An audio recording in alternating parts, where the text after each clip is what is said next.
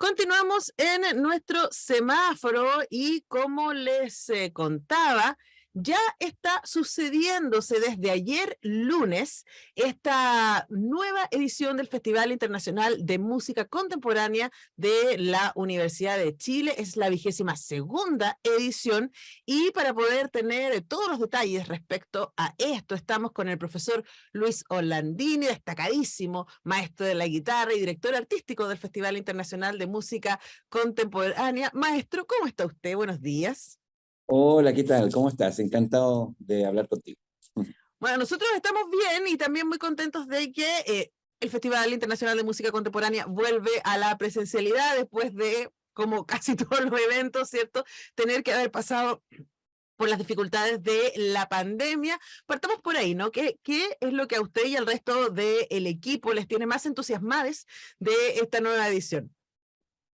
Bueno, la verdad es que lo primero de todo es justamente volver a la presencialidad en nuestra sala tradicional y emblemática, que es la sala Isidora Segers, para este festival que está teniendo cambios poco a poco y que pretende seguir siendo un foco de irradiación de la cultura en nuestro país y muy en especial de la música actual, ¿cierto? Así que muy contentos por ese lado y tenemos una programación que va a ser muy entretenida. Bueno, quizás partamos inmediatamente por esa definición de música contemporánea, ¿no? Porque probablemente le puede pasar a muchas personas que cuando empiezan en música docta o en lo que sucede en el conservatorio, en el departamento de música, no solamente de nuestra universidad, sino el Instituto de Música de la Católica y otros, pueden pensar, "Ah, no, pero la música docta es la que se hizo hace siglos, ¿no?" Y perdemos a veces de vista que hay autores contemporáneos y que no solamente música contemporánea es música rara o música atonal, ¿cierto? O música que juega o experimenta, sino que también algunas se pueden alinear con sonoridades que están vinculadas con el romanticismo y con el clasicismo y con otros momentos, ¿no? ¿Qué entendemos por música contemporánea? Mira, en términos generales es un término que se acuñó hace tiempo y yo creo que simboliza un poco lo que es la música de posguerra, ya desde el año 45 en adelante, pero nosotros lo entendemos en nuestro festival como una muestra de la actualidad, o sea, lo central es lo que se está componiendo este año, el año pasado, el año antepasado, ¿me entiendes? O sea, ahora. Nuestros compositores más destacados, los compositores jóvenes, las compositoras, o sea, es una muestra de, es como una tomada de pulso de en qué estamos con la composición, si refleja lo que es nuestra sociedad, si es una cosa que está más aislada. O sea, más allá de que a veces pueda sonar un poquito raro, como dices tú, ¿cierto? Porque no es la música tradicional que se escucha comercialmente, como la música popular o el folclore o yo creo que es una apertura, o sea, es parte de nuestra cultura y la idea justamente es generar un espacio de oídos abiertos donde la gente pueda reconocer nuevas cosas. Esa es la idea, Ujú. ¿ya? Sí, ¿y qué encontramos ahí? Porque claro, ustedes tuvieron que hacer una selección para la programación del Festival Claro. Internacional de Música Contemporánea. Ese internacional es muy importante porque no es solamente compositores y compositoras nacionales, sino búsqueda de lo que está sucediendo y esta toma de pulso. Profesor, ¿qué fue lo que encontraron en esa toma de pulso? Mira, cosas muy interesantes. De hecho, para programar, justamente con destacar a compositores y compositoras jóvenes, vamos a tener referentes, porque no hay que olvidar que en las artes y en cualquier disciplina, digamos, hay un continuo en la historia, ¿cierto? Entonces, para poder entender lo que ocurre hoy, es bueno ir un poco hacia atrás también y entender lo que se hizo antes. Entonces, vamos a tener algunos homenajes a compositores nacionales. Uno es al destacadísimo Juan Amenábar, que este año se conmemora el centenario de su nacimiento, ya que fue el precursor de la música electrónica en nuestro país en los años 50, 60, 70. Y asimismo un compositor muy olvidado que fue muy importante, muy disruptivo en su momento, que fue Tomás Lefebvre también, que se va a presentar una obra de él. Entonces, esto nos permite, digamos, generar como una línea de tiempo, digamos, y un horizonte cercano en nuestra historia. Y en lo internacional tenemos dos autores que son muy relevantes también. Uno es el caso de Julián Carrillo, que es un mexicano que hace 100 años justamente también experimentaba con lo que llamamos cuartos de tono, o sea, la división de la célula que nosotros conocemos musical en células más chicas y que produjo sonoridades totalmente nuevas. Y asimismo, un compositor que fue muy relevante en Oriente, que es Toru Takemitsu, que vamos a presentar una obra de él también. Bueno, suena muy variado, muy interesante también, y me encanta pensar en cómo las vanguardias se transforman en clásicos, ¿no? Como Juan Amenábar en su momento o Tomás Lefebvre en su momento fueron súper disruptivos, me imagino que bastante incomprendidos, Por supuesto. cuestionados, diciendo, bueno, ¿qué está haciendo esta gente tan loca? Y hoy día son clásicos de la música contemporánea. ¿Cómo esos nombres, por ejemplo, siente usted, profesor, que están dialogando con los artistas jóvenes que también son parte de este festival? Bueno, yo creo que justamente eso genera el estudio de la composición como tal, ¿ya? Y el estudio de la interpretación musical también. Nosotros tenemos los referentes que vienen de muy atrás, digamos, la música occidental y hoy en día también la oriental, digamos, tiene una larga historia, ¿me entiendes? O sea, claro, desgraciadamente la música se asocia más a los nombres ilustres, por decirlo así, a Bach, a Beethoven, a Ujú, Schumann, a Brahms, ¿cierto?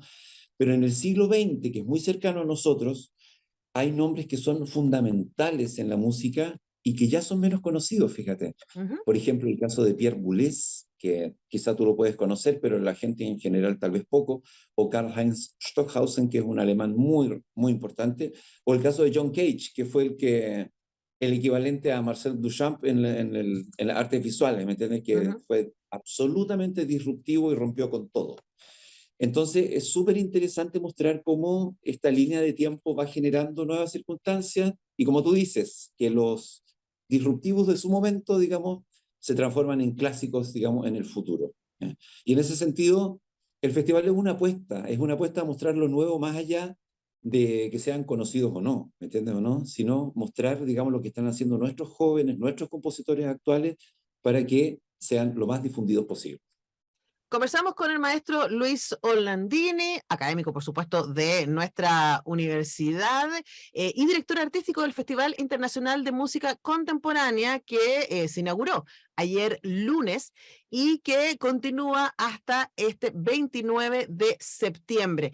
Ahora, siendo eso es lo que usted describía, profesor, y pensando también en que obvio que esta 22ª edición del Festival Internacional de Música Contemporánea tiene su público duro, ¿no?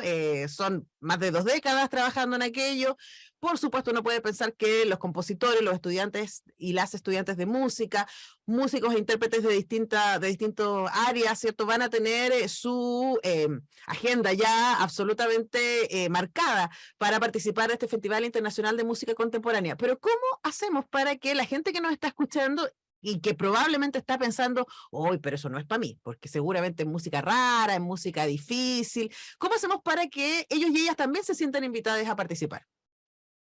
Mira, yo quiero invitar muy especialmente a los jóvenes, a las generaciones nuevas, obviamente a los adultos también, pero si nosotros tomamos en cuenta, por ejemplo, lo que ocurre en el rock, por ejemplo, donde el rock progresivo ha tenido una evolución enorme y hoy tenemos grandes espectáculos en Chile con visita de grupos importantísimos, ustedes van a escuchar en la música de hoy cuestiones muy parecidas de repente. Las músicas, lo interesante de las músicas es que se han acercado mucho, ¿entiendes? O sea, hoy en día no hay prejuicios como antes, no hay problemas en que, digamos, se mezclen, digamos, los géneros y generen nuevas fusiones, ¿me entiendes? Y en ese sentido, digamos, la música contemporánea es un campo abierto y un campo fértil para que ocurran estas cosas. También la transdisciplina, ¿me entiendes? De repente, poco a poco, la música se está abriendo a otras disciplinas para, junto con ellas, digamos, generar nuevas creaciones. Así que yo especialmente quiero invitar a la gente joven, a la gente de oídos abiertos en general, pueden ser mayores también, obviamente, todos muy bienvenidos, a disfrutar de un espacio nuevo, un espacio de creación y de nuevo conocimiento desde las artes. Ujú. Eso sí.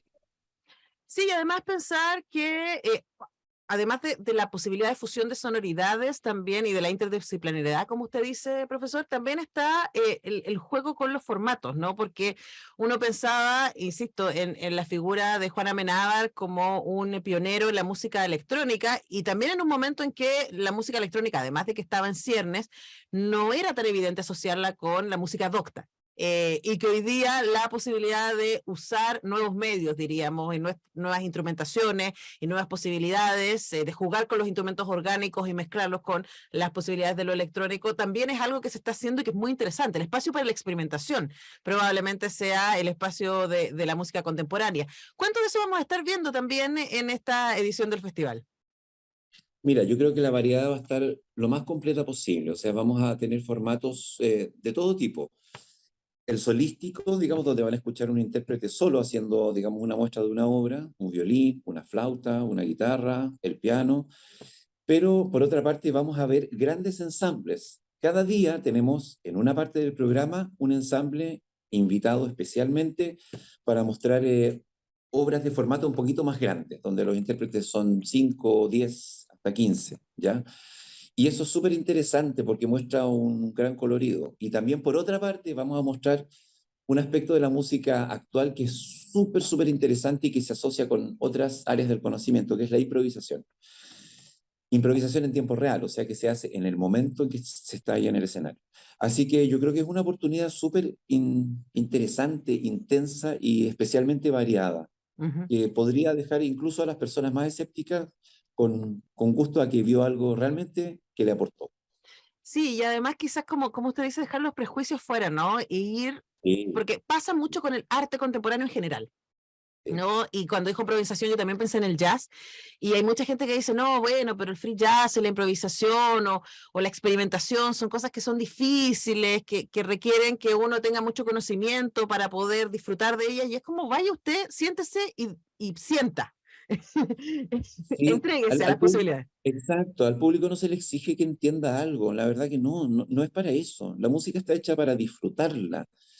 Se puede disfrutar de muchas maneras, de manera sensorial, o sea, por los sentidos, obviamente, con el oído especialmente, pero también intelectualmente, o sea, tiene muchos ámbitos de disfrute o de apego a las personas, ¿me entiendes o no? En ese sentido, cada persona cuando va a un espectáculo de este tipo tiene la libertad de apreciarlo en el ámbito que le parezca más adecuado incluso, ¿ya? Ujú. O sea, en ese sentido es muy, muy abierto. Bueno, entonces les dejamos la invitación. La 22ª edición del Festival Internacional de Música Contemporánea se está desarrollando hasta el 29 de septiembre a las 18:30 en la sala Isidora Segers, que está ahí en compañía 1264. La entrada es absolutamente liberada. Se Así es. solicitará, eso sí, pase de movilidad hasta el 1 de octubre. Acuérdense que se sigue solicitando Exacto. pase de movilidad, pero me queda una pregunta con la que quisiera cerrar, profesor, y tiene que ver con los públicos que el festival mismo eh, consiguió durante pandemia y que no están en Santiago.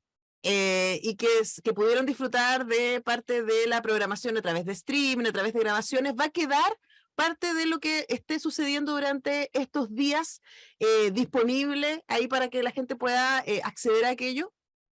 Absolutamente. Digamos, una de las novedades de nuestra sala es que tenemos un sistema de streaming muy bueno y va a ser transmitido todos los días en tiempo real y va a quedar además en las plataformas para que pueda ser disfrutado. Así que todo eso es totalmente cierto.